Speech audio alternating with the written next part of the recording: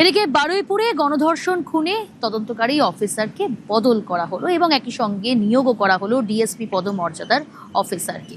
Bureau বিষয়টা জানার চেষ্টা করব। অর্পণ রয়েছে আমার সঙ্গে। অর্পণ, একদমই দেখো, এই ঘটনায় দুই আয়ো, প্রথমে দিগন্তবাবুকে এই কেসের আয়ো করা হয়, তারপরে জয়ন্ত পোদ্দার, এবং তৃতীয় এই ঘটনার যাতে অতি শীঘ্রই তদন্ত কমপ্লিট করে এবং তথ্য প্রমাণ জোগাড় করে সেগুলোকে কোর্টে প্রডিউস করা যায়, সেই জন্য শান্তনু বন্দ্যোপাধ্যায়কে নতুন আয়োর দায়িত্ব দেওয়া হয়েছে। ইতিমধ্যে সেই অর্ডার এসে পৌঁছেছে এবং গতকাল রাতেই তিনি বারুইপুর থানাতে আসেন এবং সেখান থেকে এই কেসের যারা অভিযুক্ত রয়েছেন তাদের যে ফাইল, সেই ফাইল হাতে তুলে নিয়েছেন। ইতিমধ্যেই যে এই খুনের ঘটনার সঙ্গে যারা যুক্ত রয়েছেন তাদের জন্য একটা সিট গঠন করা হয়েছে, তুমি আগেই জানো। সেই সিটের তদন্তে যেমন চলছে, তার পাশাপাশি আয়ো তাদেরকে নিয়ে একটি বিশেষ বৈঠকও করেন। আজ এসপি অফিসে আয়ো এবং সিটের সদস্য তাদেরকে নিয়ে একটা বিশেষ বৈঠক রয়েছে দুপুর 1টার পর। সেখান থেকে যে যে তথ্য সংগ্রহ হয়েছে এখনো পর্যন্ত সেগুলো কোর্টে যেমন পেশ করতে হবে এবং এই ঘটনার সঙ্গে কোথায় কে কোন ভূমিকা ছিল সেটাও কিন্তু তদন্ত করে যে তথ্য উঠে আসছে সেটি কোর্টকে পেশের আগে প্রাথমিক যে কাজ, সেই কাজটা সেরে নিতে চাইছে তদন্তকারী আধিকারিকরা। বেশ,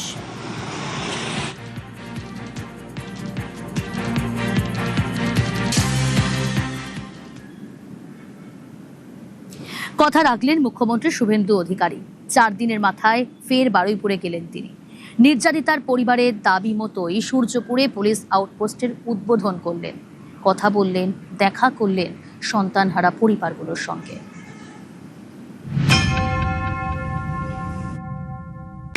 আমরা প্রতিশ্রুতি দিই না, পূরণ করি। কথা রাখলেন মুখ্যমন্ত্রী। মঙ্গলবার বারুইপুরে দাঁড়িয়ে বলেছিলেন 7 দিনের মধ্যে ফের আসবেন। 7 দিন নয়, 4 দিনের মাথায় শনিবার বারুইপুরে শুভেন্দু অধিকারী সূর্যপুরে নৃশংস নির্যাতনে নিহত নাবালিকার বাড়িতে গিয়ে তার পরিবারের সঙ্গে দেখা করলেন মুখ্যমন্ত্রী। দৃষ্টান্তমূলক শাস্তির আশ্বাস দিলেন।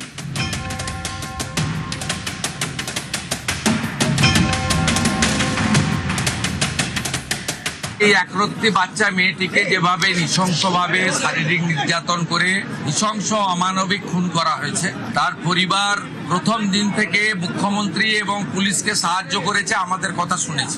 আমরা পরিবারের প্রতি কৃতজ্ঞ। স্পেসিফিক 4 জনের নামে ওরা অভিযোগ দিয়েছিলেন। 4 জনকেই পুলিশ খুব প্রপারলি এবং কুইকলি অ্যারেস্টেড করেছে। তারা পালিয়েও গেছিল অনেক দূরে দূরে, বসিরহাটে বাংলাদেশ বর্ডার পর্যন্ত চলে গেছিল। ওই একরত্তি ছোট্ট কন্যার শারীরিক নির্যাতনকারীরা, আমি কথা দিয়েছি কাস্টডি ট্রায়াল হবে। আমরা শাস্তির দাবি করেছি। একজন এনকাউন্টার হয়েছে, 4 জন বাকি আছে। যেটুকু আছে ওটুকু দোষীরা যেভাবে কঠোরভাবে যেন শাস্তি হয় এটুকু আমি চাইছি। বললেন আমি দেখে নিচ্ছি, কোনো আপনার চিন্তা করতে হবে না। আপনার যদি কোনো সিকিউরিটি গার্ড লাগে তাও আমি দিয়ে দেবো। যা যা দাবি মুখ্যমন্ত্রী শুভেন্দু অধিকারীর কাছে নির্যাতিতার পরিবার থেকে করা হয়েছে, তার বাবা কথা বলছিলেন। তিনি জানালেন যে মেয়ের স্মৃতি হিসাবে যে স্কুলে সে পড়তো সেখানে একটি লাইব্রেরি করার জন্য এবং এই রাস্তায় সিসিটিভি লাগানোর জন্য তিনি অনুরোধ করেছেন। এখানে মোড়গুলোতে সিসিটিভি লাগানো এবং তার কন্ট্রোল রুম এখান থেকে করা, এই কাজগুলো তারা করবেন। আমি আশাবাদী যে পুলিশ এই বিষয়ে যথাযথ ব্যবস্থা নেবে। গত মঙ্গলবার সূর্যপুরে গিয়ে পুলিশ আউটপোস্ট তৈরির প্রতিশ্রুতি দিয়েছিলেন মুখ্যমন্ত্রী। 4 দিনের মধ্যে আউটপোস্টের উদ্বোধন।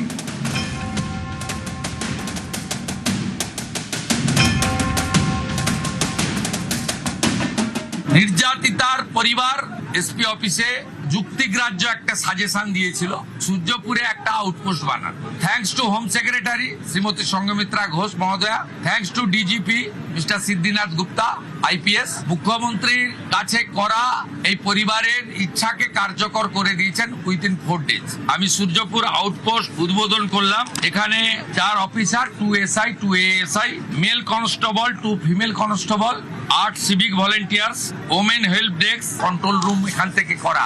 এই যে বিস্তর জায়গাটা রয়েছে এখানে তারা বসতে পারবেন। যারাই আসবেন, আয় রুমের মধ্যে রয়েছে যে সিসিটিভি কন্ট্রোল রুম, যা ইতিমধ্যেই প্রস্তুত করা হয়েছে। এই সেই ওমেন হেল্প ডেস্ক, এই যে ঘর প্রস্তুত করা হয়েছে, সেখানে মহিলাদের যে সমস্যা নিয়ে তারা আসবেন, তারা একান্তে মহিলা ইনচার্জের কাছে তাদের যে বক্তব্য তারা সেটা রাখতে পারবেন। এখানে ওয়াকিটকি যে ডেস্ক সেখান থেকে তারা জানাতে পারবেন।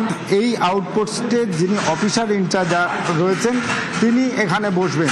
সরাসরি 24/7 তারা এখানে এসে তাদের সমস্যার সমাধান করতে পারবেন। এদিন নিহত ইন্দ্রজিৎ মণ্ডলের পরিবারের সঙ্গে দেখা করেন মুখ্যমন্ত্রী শুভেন্দু অধিকারী। সূর্যপুরে নাবালিকা গণধর্ষণ খুনের পর হওয়া অশান্তিতে পিটিয়ে মারা হয় ইন্দ্রজিৎকে।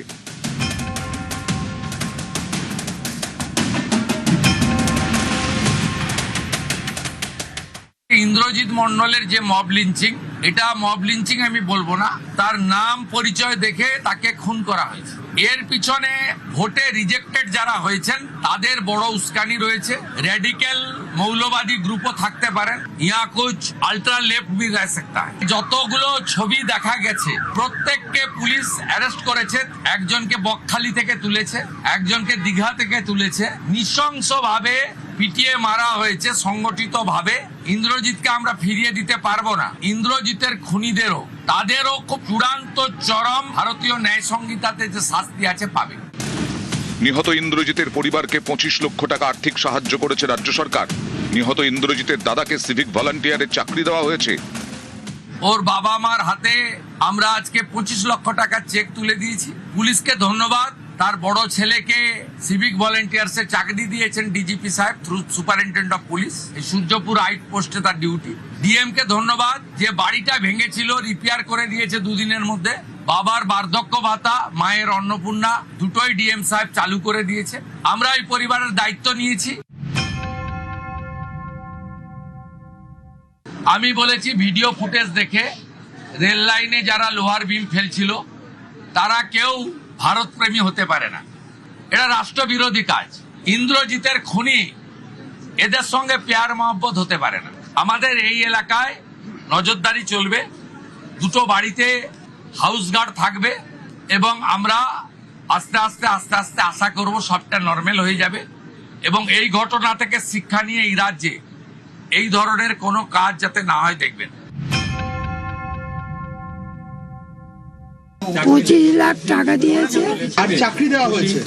যে ছেলের পায়ের অসুবিধা বড় ছিল, কি সিভিক ভলেন্টিয়ারের?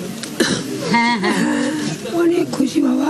বলে ঠিক আছে তোমাদের দিকে আমরা আছি এবং থাকবো, যা বিচার করবে মাথা পেতে নেবো। গত সোমবার বারুইপুরে আর এক মায়ের কোল খালি হয়েছিল। নাবালক ফুটবলার প্রসেনজিৎ বিশ্বাসকে খুনের অভিযোগ ওঠে। এদিন নিহত প্রসেনজিতের পরিবারের সঙ্গেও দেখা করেন মুখ্যমন্ত্রী। বারুইপুরে ফুটবল খেলাকে কেন্দ্র করে এক নাবালকের মৃত্যুর ঘটনায় পরিবারের সঙ্গে এসপি অফিসে এসে দেখা করেন মুখ্যমন্ত্রী। এখানে দু তিন দিন আগে একটা নাবালক বাচ্চার নৃশংস খুন হয়।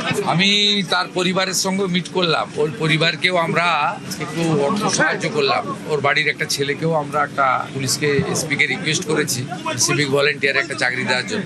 10 লক্ষ টাকা আমরা সিএম রিলিফ ফান্ডে 6 জনের নামে অভিযোগ করেছিল, 5 জন অ্যারেস্ট হয়েছে। তারা বিচার চান, আমরা বিচার দেওয়ার ব্যবস্থা করব। সাহায্য করে 10 লাখ টাকা আমার ছেলেকে চাকরি দেবে বলেছে, তাতে খুশি। নিউজ 18 বাংলা।